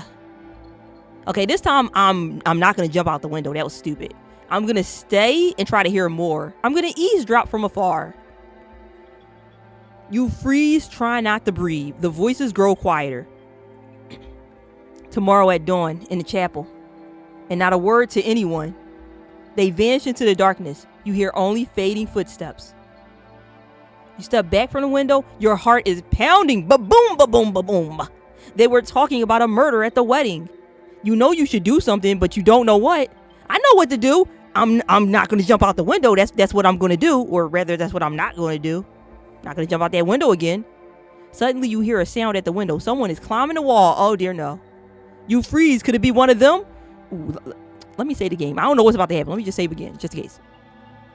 You grab the candlestick, ready to defend yourself. I'm going to defend myself with the candlestick. What am I going to do? Set them on fire with the tiny flame of the candle? Like, what am I, like, really, what am I going to do? Throw the candle at them? Let's see. Promise you won't tell anyone? Strike when the head appears in the window. I want to see what's going to happen if I do that. You raise the candlestick and strike the emerging head with all your might. Because why are you sneaking into my room? Like, I don't know who's sneaking into my room, but they shouldn't be doing that. A dull thud and a groan rang out. The man falls to the floor, clutching his head. You look at him and freeze. Oh, Lorcan, I am so sorry. Oh, he has a helmet on. He good. Sir Lorcan stands by the window holding his helmet, which got knocked askew by the impact. He takes it off and you see him stifling a smile. I didn't expect such a welcome, Well, I didn't expect you to sneak into my room through the window. Forgive me for barging in without asking. He adjusts his armor and takes a step forward. I guess it's a good thing that he's always wearing that helmet, because I just bopped him upside the head. So yeah, Lorcan should definitely keep that helmet on at all times. Next time I'll knock, or at least shout that it's me. Lorcan, what are you doing here? Like, I don't mind that you're here, but why are you here? I wanted to make sure you were all right. And he steps closer and his voice goes quieter. I just wanted to see you once more before sleep. I don't know why, because you love me, but I couldn't sleep thinking of you. It's silly, isn't it? Lorcan, this bed is big enough for the two of us, you know? Like, if you just want to lay down next to me, you go right ahead, you do that, okay? No, it's not foolish. I couldn't sleep either. I don't understand what's happening to me. I should be at my post guarding the castle, but I'm here before you like a lost boy. He runs a hand through his fair hair and looks at you. What do you feel, Lorcan? Is it love? I feel that the thought of you becoming the king's wife in 2 days is unbearable. I know it's wrong, but I don't want it. Well, I don't want it either. I mean, I kind of want it, maybe. If we could be like a throuple all together, all the three of us, then maybe. His voice trembles. I can't get the image out of my head. Standing outside the bedroom door on the wedding night, hearing your voices, it tears me inside. It tears me apart inside. He clenches his fist, and you see his shoulders tense. I know the king is like a brother to me, but these thoughts make me weak. I should be strong, but I just can't. You feel his pain. He stands before you, emotionally bare, and you understand that he's waiting for your word. I'm gonna tell him about the conversation you overheard, because what was that about? Lorcan, I have something to tell you. Tonight, I overheard a conversation among the conspirators. They said someone will die at the wedding, and I don't know who that someone is. Lorcan lifts his head, and his red eyes grow serious. A conspiracy? Are you certain? Yes, I'm certain. I heard them. I heard it with my own ears. I have really good hearing, Lorcan. And I don't wear a helmet, so I can hear way better than you can. I'll speak with the king. I'll ask for a postponement, but he rarely changes his plans. Still, he canceled the ritual today, so even if he senses that something is wrong, what if the king himself wants to kill me for some ritual? No, that's absurd. The king would never do such a thing. He's no villain. He's like a father to me. Oh my goodness, you just said he was like a brother. He's like a brother to me. He's like a father to me. Oh my, like, are you like, what the heck? Is he your everything? Like, dang. He's a father. He's a brother. He's a cousin. He's just everything, huh? Like, dang. He's my best friend. Then why are you so worried about me? Why not worry about him? Lorcan freezes. His gaze turns, bewildered. I don't know. I should have been thinking of him, but my thoughts are filled with you. Forgive me. I can't explain it. He takes a step back and his voice grows quieter. I'll think of something. I'll reinforce the guard. No one will harm you. Silence hangs in the room. Lorcan looks at you, and you see a whole world of feelings warring in his eyes. Lorcan, are you in love? Are you in love with the king? Is that why you're so troubled? What about me?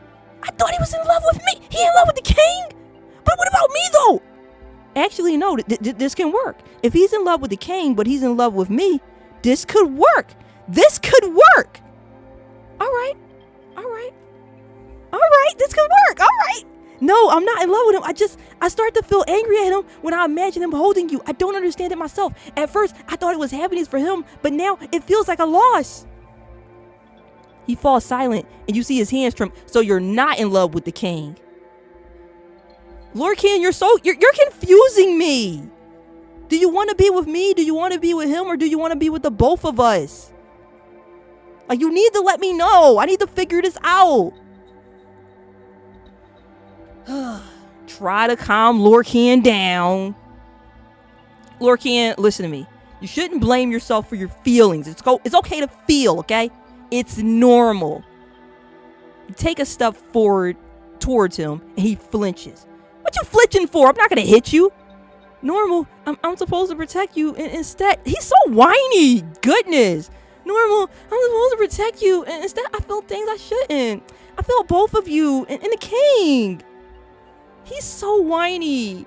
I love him. Oh my goodness, he's so beautiful. He is a whiny, broken mess, and I love him. He falls to his knees before you and embraces your legs. He's such a whiny little dude. I beg you, say something that will make me stop feeling. Tell me I am unworthy, that I'm pathetic. What kind of kinky? Humiliate me so I'm ashamed to look your way? What the heck? Step on me, queen? Like, what is going on here? What the heck? You feel his tears on your skin. I can't. You don't deserve such humiliation. I don't think it's a matter of him deserving it. I think he wants it. He's into that. He lifts his head and his red eyes gaze at you with despair. Then I'll say it myself. I love you. I love you more than my honor, more than my life. And I know it's betrayal, but I can't fight it. You kneel beside him and your faces are level with each other. You feel his breath, hot and ragged.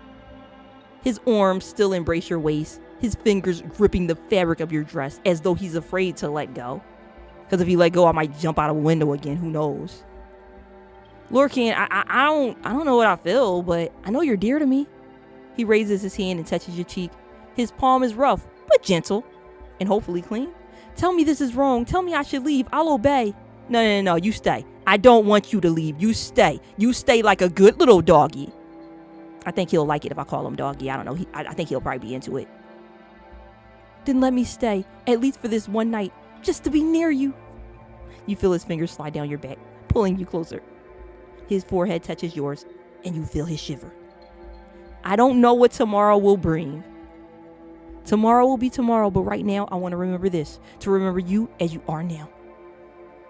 His lips draw nearest to yours. They almost touch, and you feel his breath against your lips. Will you let me? What's about to happen? What's about to happen? This ain't that type of game, right? Like it's not gonna. Like I don't have to like shut this down, do I? Like it's not about to go in a direction that's gonna be, too far, is it? Like right? It's not gonna go in a direction that's too far, right? Cause that could be like, you know what I'm saying? I sure hope it don't. Okay. Your heart is beating so loudly, it seems the whole castle can hear it.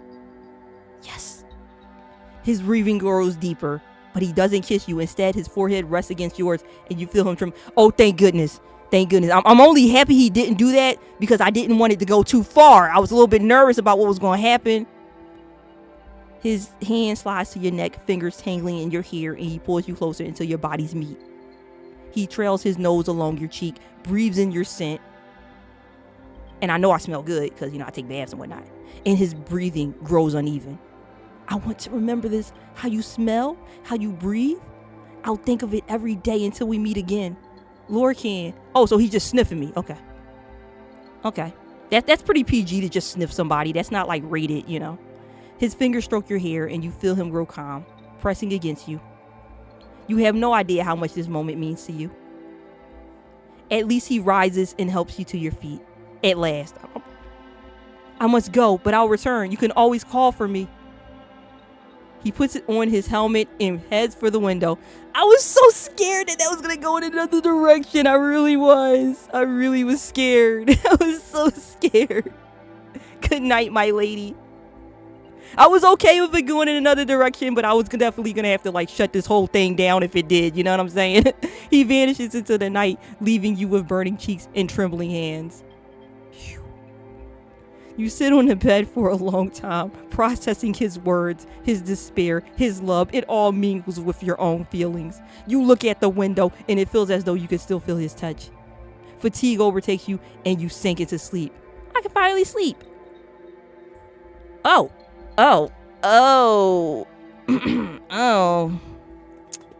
Well then, I finished the game. Again. Okay. I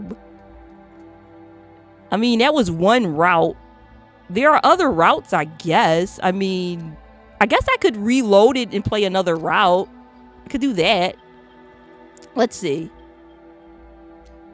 I'm gonna reload the game from somewhere.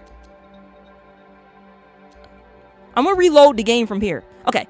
Here's what I'm going to do. Remember that time when I went straight because Strawberry said go straight, and then I went straight and there was a weird shadow, and I was like, I shouldn't have went this way. Why would you tell me to go this way? And I was like really mad, and then Strawberry said, sorry. It was Strawberry that told me to go straight, right? Right? And then you said sorry, and I said you should be sorry. Well, I'm going to go straight again, and this time I'm going to deal with the shadow, because maybe the shadow isn't bad. I thought the shadow was going to be bad, but Lorcan was also a shadow, so maybe the shadow is good. So I'm going to go straight, and I'm going to hope that the shadow isn't bad. But if the shadow is bad, I'm blaming Strawberry again, because it's what I do. You walk down a dark corridor again. The silence is broken only by your footsteps. Oh my goodness, he looks so Suddenly in the distance, you notice a shadow. It is still and seems to be staring directly at you. Your heart begins to beat faster. You freeze for a moment trying to understand what it is. The shadow slowly approaches. You hear footsteps, heavy and measured. You don't know if it's friend or foe. You must decide quickly. It's a friend. Please let it be a friend. You freeze in place. Your feet feel as if they are rooted to the floor. The shadow draws near. Your heart pounds so loudly it seems to echo through the corridor. The entire corridor. But when the figure steps into the light, you see familiar features. It is the Scribe Mortalis. Oh, that's who that was. It was the Scribe. Okay. All right. Everything's okay. All is well. Your Highness, I already thought you were a dream, yet here you are in the flesh. I am just wandering the castle. I cannot sleep. All of this seems too strange. I knew it. Were you looking for me? I was looking for somebody. Or did you simply wish to be among the books? They are, worse company than I. I just wanted to distract myself. The library is peaceful. No, I'm not going to say that. I did not know I would come here. My feet led me here on their own. So your feet are wiser than your head. You call me stupid? I don't like this guy very much. They know where to seek answers or where to seek me. So sure that I was looking for you? I am not certain, but I hope. Hope is the last to die in this castle. He steps back a pace, gesturing for you to walk between the shelves. Come, I'll show you a book. It is about ancient rituals. Perhaps it will shed light on your anxiety, or at least distract you. You follow him, and he stops at an old cabinet, pulling out a worn tome covered in a layer of dust.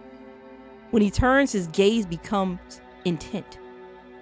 I notice that you look rather unwell, and to be honest, I know the cane canceled the ritual. Is that why you cannot sleep, or is there something else? I'm just not tired. Yes, I don't understand why he did that. He said I need the rest, but it sounds like a lie. I'm afraid of tomorrow, afraid of what might happen. Then sit down, let us talk, or at least be silent together. He sits down on the floor by a bookshelf, leaning his back against it, and gestures for you to sit beside him. Mortalis ain't so bad. You sit down and he suddenly lowers his head onto your lap, closing his eyes. The heck he leaning on me for? Nobody told him to do that. Imagine I am a cat, but you're not. Just a cat who listens without judgment. Tell me what troubles you. I can purr if you like. You are like a cat and it frightens me. I'm afraid I won't. What? You are strange, Mortalis, but I like it. I am afraid everything. What? I'm not saying. I do not want to talk about fear. Let us just be silent. Silence is also an answer. I will wait. I know how to wait. He opens his eyes and looks up at you. His gaze is warm and tender. This all feels like the plot of a cheap roadside novel, right? A wedding, secrets, conspiracies. I could have come up with it myself. Easy as anything. Do you think this is funny? Because I'm not laughing. No, that is sad. But if it is a novel, then you are surely the main character of a good one. Because I only fall in love with well-written characters. Mortalis, did you just fall in love with me, Mortalis? Is that what's happening here? Do you say that to comfort me? I say it because it is the truth. And these characters sure do fall in love with me very quickly. I don't know what I did to make them do that. I say it because it is the truth, and because you are the most interesting thing that has happened to me in years.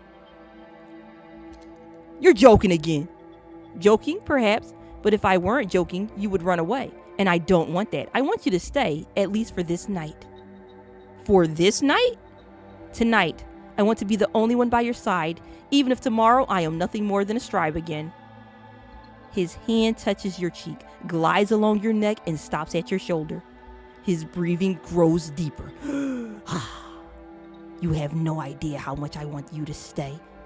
But I know you should flee. Flee this castle before it is too late. Are you suggesting I run away? Because I'll do it if Lorcan comes with me. I offer you what I do not want, but I do not want you to suffer. Even if I will miss you every night, even if I will imagine you in every book I open. His chest is moving so weirdly. He pulls you closer, and you feel his breath upon your lips. I want you to remember, someone in this castle loves you with a real, mad, forbidden love, and even if you leave, that love will remain. His lips almost touch yours, but at the last moment, he stands and pulls away, because nobody gave him permission to kiss me.